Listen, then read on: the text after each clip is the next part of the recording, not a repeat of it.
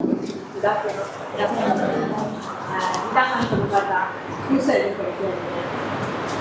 வந்து மெத்தேர்டு ஒன்று தான், எப்படி கேட்டாலும் சரி மெத்தேர்டு ஒன்று தான்.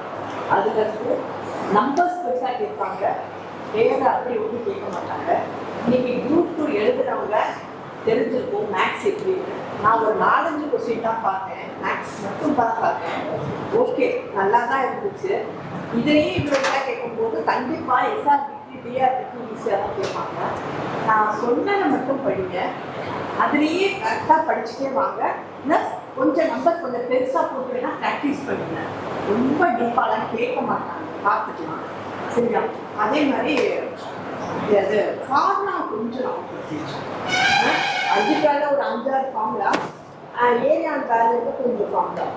மற்றபடி வந்து ட்ரிக்கு ஞாபகம் வச்சுக்கணும். சில இது ஆப்ஷன் வந்து போங்க, சில இது வந்து ஃபார்முலா போங்க.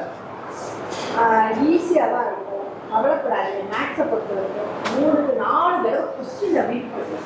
என்ன கொடுத்துருக்காங்க, அமௌண்ட் கொடுத்துருக்காங்களா, வட்டி கொடுத்துருக்காங்களா, இல்லை அசல் கொடுத்துருக்காங்களா, அப்படி நம்ம வந்து கொஸ்டினை ரீட் பண்ணுறதுல தான். பயப்படாதீங்க, மேக்ஸு கண்டிப்பாக நீங்கள் எல்லாம் கொடுத்துருக்க 10 கொஸ்டின் இருந்தாலும் நீங்கள் எழுதிடுவீங்க.